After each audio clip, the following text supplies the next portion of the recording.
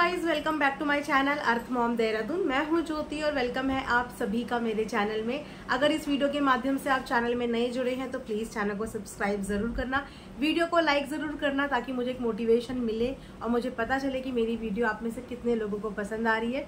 उसी के साथ साथ कॉमेंट सेक्शन में अपने पॉइंट ऑफ व्यू शेयर करना बिल्कुल ना भूलिएगा। बस जहर मत फैलाना। जहर के अलावा प्यार, मोहब्बत, पॉजिटिविटी सब कुछ फैलाओ, बट जहर मेरे कमेंट सेक्शन में मत फैलाना, ठीक है? जहर अलाउ नहीं है यहाँ पे। चलिए इसी के साथ रिएक्शन वीडियो में हम लोग आगे बढ़ते हैं और एक प्यारी सी स्माइल के साथ फिर से आज का रिएक्शन वीडियो की हम लोग शुरुआत करते हैं। अगर आप सबको ये कुर्ता सेट पसंद आ रहा है जो कि बहुत बहुत बहुत कंफर्टेबल, बहुत लाइट वेट और बहुत ही रिजनेबल है, तो इसका लिंक मैं कम्युनिटी में शेयर कर दूंगी।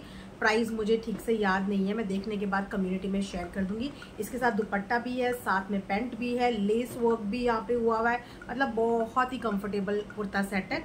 अगर आप सबको पसंद आ रहा है तो आप एक बार इसे चेकआउट कर सकते हैं। तो चलिए वीडियो में बढ़ते हैं हम लोग आगे। जैसे कि आप सब जानते ही हैं कि सोशल मीडिया पे इस वक्त पे क्या चल रहा है, मुझे बहुत ज़्यादा बताने की ज़रूरत नहीं है क्योंकि मेरे से ज़्यादा आप सब लोग एक्टिव हैं यहाँ पे। इतनी खुशी हुई दिल से मुझे कमेंट सेक्शन देख के, आप सब लोगों का पॉजिटिव बिहेवियर, रिस्पॉन्स देख के सच में दिल खुश हो गया, सच में दिल खुश हो गया। क्योंकि यहीं से हमें पता चलता है कि पॉजिटिविटी के आगे नेगेटिविटी हारती है, देर से ही सही पर हारती है। एक शुरुआत हम कर सकते हैं, सपना को मोटिवेट करने की शुरुआत। और मोटिवेशन देने में कुछ नहीं होता, मोटिवेशन देने में कोई सपोर्ट नहीं होता। अगर हम किसी को मोटिवेट कर रहे हैं किसी चीज़ के लिए तो उसमें सपोर्ट नहीं होता। हाँ, मैं मोटिवेट कर रही हूँ क्योंकि ये उसका बहुत ज़्यादा डाउनफॉल है। जब तक वो ठीक लग रही थी, चीज़ें कर रही थी, हिम्मत से लड़ रही थी, तब तक उसकी सही गलत चीज़ें मैं बाकायदा वीडियो में बताती थी। जहाँ जहाँ वो मुझे गलत लगती थी वहाँ वहाँ मैं उसे रोकती भी थी, टोकती भी थी, वीडियो में बोलती भी थी। अब हर किसी का बोलने का लहजा एक नहीं होता कि डंडा पकड़ा, छड़ी पकड़ी और छड़ी घुमा के डांट डांट के टीचर की तरह, हिटलर की तरह मैं उसे समझाऊँ। मेरा अपना तरीका है अपनी बात रखने का। उस बात के अंदाज में मैंने अपनी बात पहले भी रखी, लेकिन इस कदर, जिस कदर एक होता है इंसान नॉर्मल रो रहा है, जो वो पहले भी रोई है कई बार, लेकिन इस बार जो रोना और जो एक्टिविटी दोनों साथ में हुई है वो एक्चुअली डेंजरस थी। इस सिचुएशन में इंसान कुछ भी और किसी भी हद तक कर सकता है। हम तो वीडियो के पास से रोक भी नहीं पाएंगे कि सपना रुक जा, सपना रुक जा, सपना रुक जा। जब तक हम उसे रोकेंगे या जब तक हमारी आवाज उस तक पहुंचेगी तब तक क्या से क्या हद पार हो सकती है। और ऐसे इंसिडेंट हम बाकायदा पिछले 2 महीने से यूट्यूब पे देख रहे हैं, 2 महीने से, कि पहले लेडीज को बहुत बुरी तरीके से जज किया जाता है, जज किया जाता है, जज किया जाता है। उसकी हर एक एक्टिविटी को झूठा बोला जाता है, हर एक चीज को झूठा बोला जाता है। और जब वो सच में अपने साथ कुछ कर लेती है उसके बाद सिंपैथी लेने के लिए, रेस्ट इन पीस लिखने के लिए आ जाया जाता है। तो ऐसी नौबत क्यों आने दो? अगर हमारे सामने कोई ऐसी सिचुएशन हम देख रहे हैं कि ऐसी सिचुएशन हो सकती है, ऐसी सिचुएशन क्रिएट हो सकती है, तो उस सिचुएशन को हम वहां पे रोक तो सकते हैं, सामने वाले को मोटिवेट तो कर सकते हैं। उसका इमोशनल ब्रेकडाउन हुआ, एक इंसान होने के नाते हम उसके पास होते तो वहां पे शायद उसको गले लगाते या उसके आंसू पोंछते, उसको वहां पे समझाने की कोशिश करते। क्योंकि हम उससे बहुत दूर हैं, हमारे पास एक माध्यम है वीडियो, तो हम अपने वीडियो के माध्यम से उसको पॉजिटिविटी और मोटिवेशन भेज रहे हैं। जिसमें आपत्ति है, जिस नॉर्मल सी लैंग्वेज में बनाई हुई मेरी वीडियोस पे कुछ कमेंट करने वालों को आपत्ति है, तो आपकी आपत्ति का मेरे पास कोई भी समाधान नहीं है। मैंने तो इनवाइट ही नहीं किया मेरी वीडियो देखने आओ, मेरी वीडियो देखने मत आओ। आपको जिस जगह पे आपत्ति नहीं है प्लीज आप उस जगह पे जाके अपनी वीडियो एंजॉय कीजिए। मेरी वीडियो सिर्फ उनके लिए है जो सपना के वेल विशर हैं और जो सपना को पसंद करते हैं। जो नापसंद करते हैं, आपको मेरी वीडियो पसंद ही नहीं आएगी, तो फिर आप मेरी वीडियो देख के अपना टाइम वेस्ट मत कीजिए।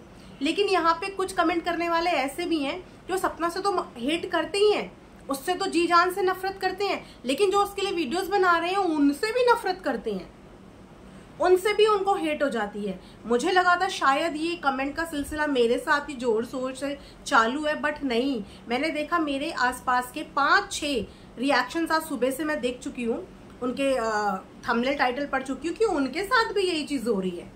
उनको भी बहुत कुछ फालतू फालतू के कमेंट सेक्शन में जाके कमेंट किया जा रहा है। सिर्फ क्यों?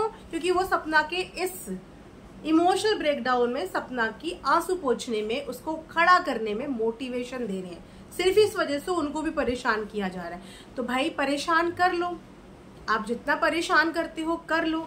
मैं तो ना लड़ने आऊंगी, ना मैं आपको कमेंट सेक्शन में रिप्लाई करूंगी, मैं कुछ भी नहीं करूंगी, क्योंकि मैं बहुत स्ट्रांग बिलीव करती हूँ साइलेंस में, बहुत स्ट्रांग बिलीव। इसीलिए जब मेरे पास ऐसे कोई कमेंट आते हैं जो मुझे सही नहीं लगते, मैं बिना किसी जवाब के उन कमेंट्स को उसी समय पे हाइड कर देती हूँ।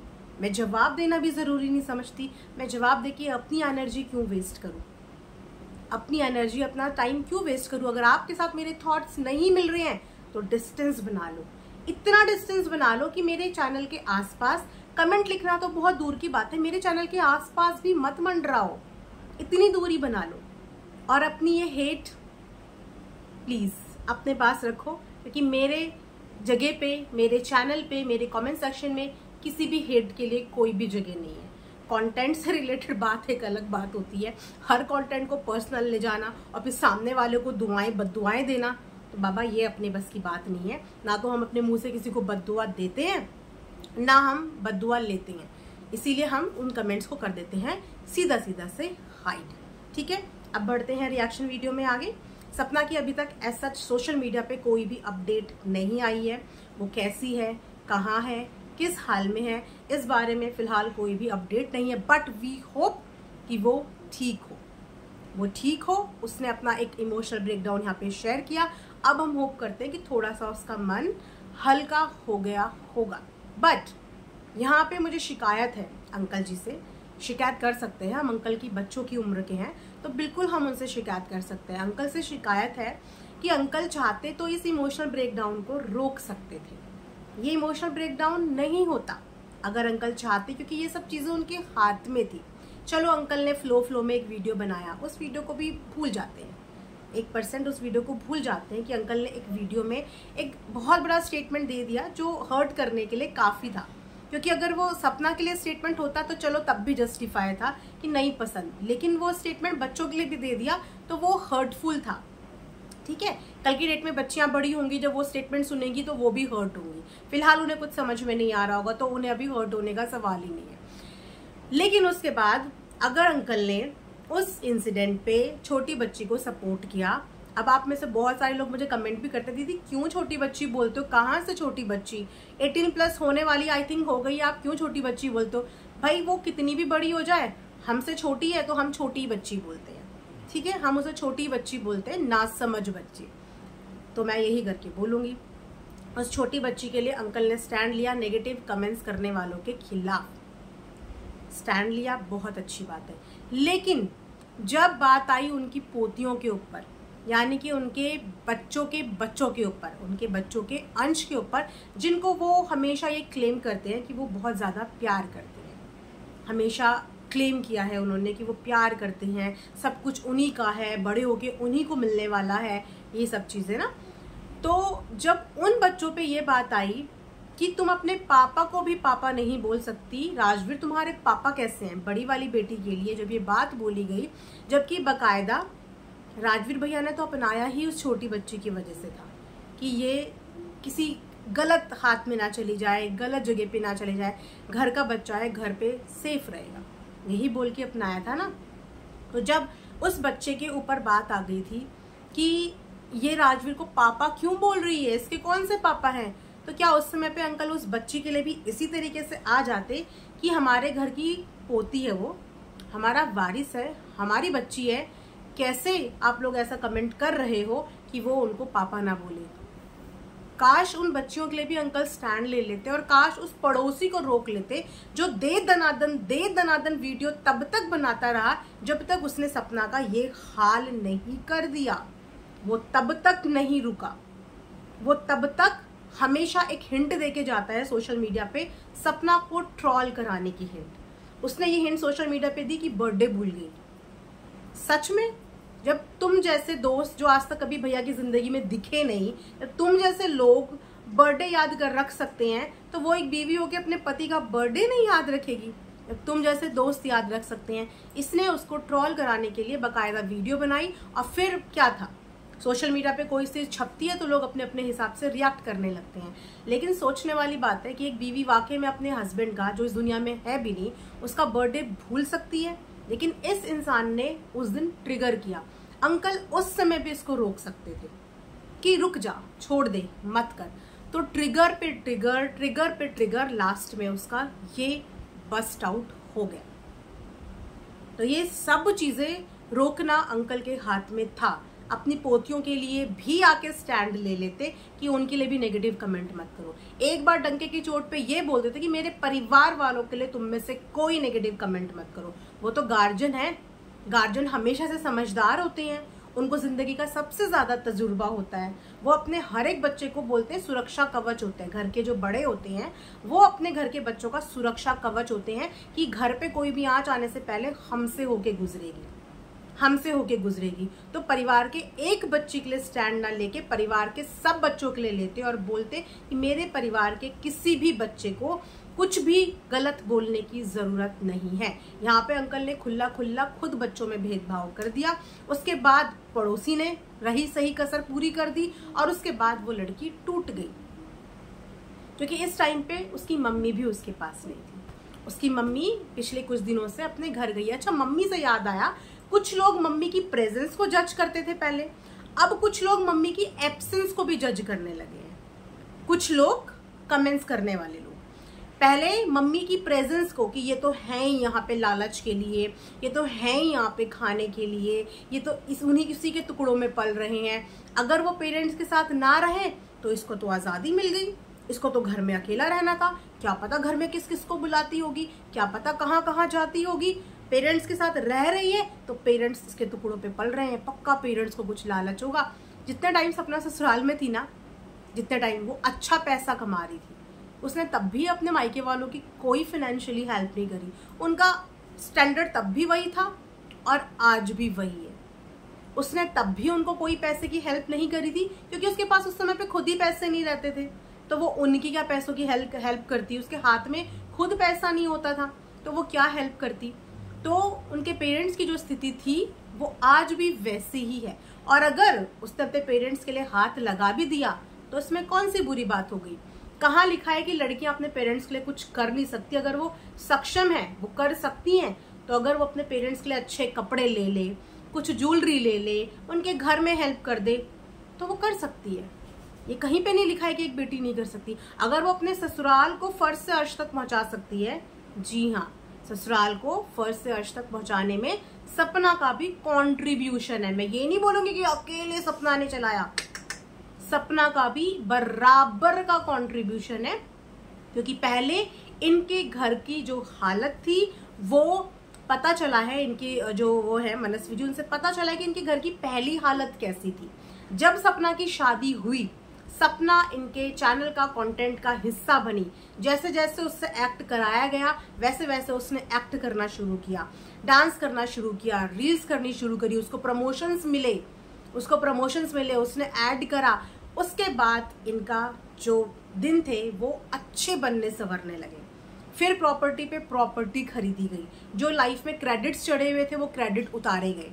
जब वो अपने ससुराल में अपना कंट्रीब्यूशन दे सकती है तो अगर अब अपने पेरेंट्स की हेल्प कर दे तो उसमें कौन सी बहुत बड़ी बात है, कर सकती है बिल्कुल।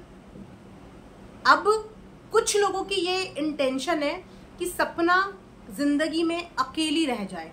सास ससुर से तो ऑलमोस्ट आप यही समझो कि वो अकेली ही है, ठीक है। बचे हैं मम्मी, पेरेंट्स, मायके वाले जो उसका साथ दे देते हैं, उसको सपोर्ट कर देते हैं। अब उनकी मम्मी के ऊपर भी दो दो घर की जिम्मेदारी है, वहां के घर की भी और यहाँ के घर की भी। वो कैसे मैनेज कर रहे हैं ये वही लोग जानते होंगे कि वो कैसे मैनेज कर रहे होंगे चीजें, ठीक है। वो जैसे तैसे मैनेज कर रहे हैं। तो अब उसकी मम्मी के भी ट्रोलिंग करो, इतनी चीजें दिमाग में डाल दो कि कल को इसकी मम्मी भी इसके पास से चली जाए, या फिर सपना खुद एक दिन आ जाए गुस्से में कि मम्मी आप यहाँ से जाओ, दुनिया आपको ऐसा बोल रही है। क्योंकि सपना का नेचर सबको पता है, वो थोड़ा सा स्वाभिमानी है इस किस्म में कि अच्छा ये उसकी है तो ये लो, अच्छा ये प्रॉपर्टी मैं मांग रही हूँ तो ये भी तुम लो, अच्छा ये चेन छोटी बच्ची की है, ये इयररिंग्स छोटे बच्चे के लौटाने लिटरली वहां पे गई और उसकी छोटी छोटी चीजें लौटा के आई। लेकिन जब उसने अपनी सास से अपने पति की गिफ्ट करी हुई गले का सेट मांगा था तो उन्होंने वो गले का सेट नहीं दिया था।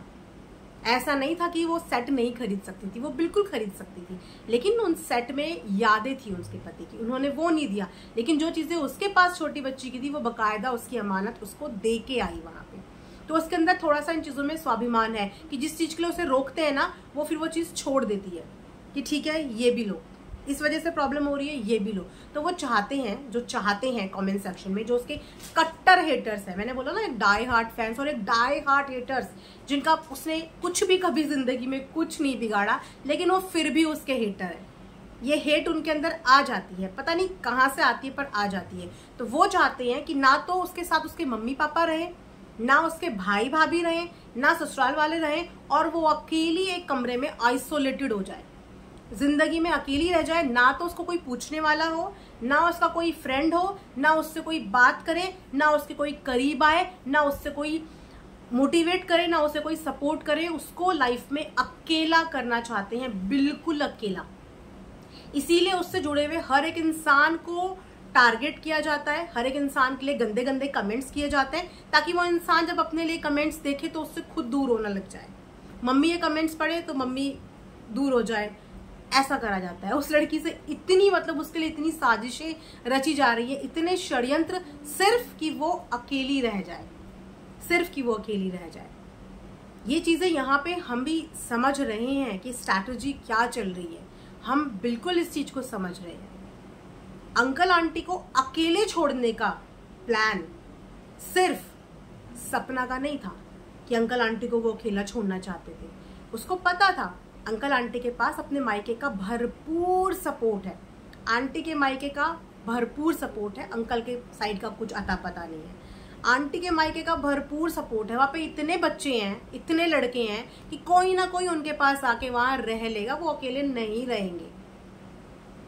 बहुत अच्छे से ये पता था। लेकिन अंकल आंटी को छोड़ के जाना अकेले ना तो सपना का प्लान था, ना ही अकेला फैसला सपना का था, ये दोनों का फैसला था।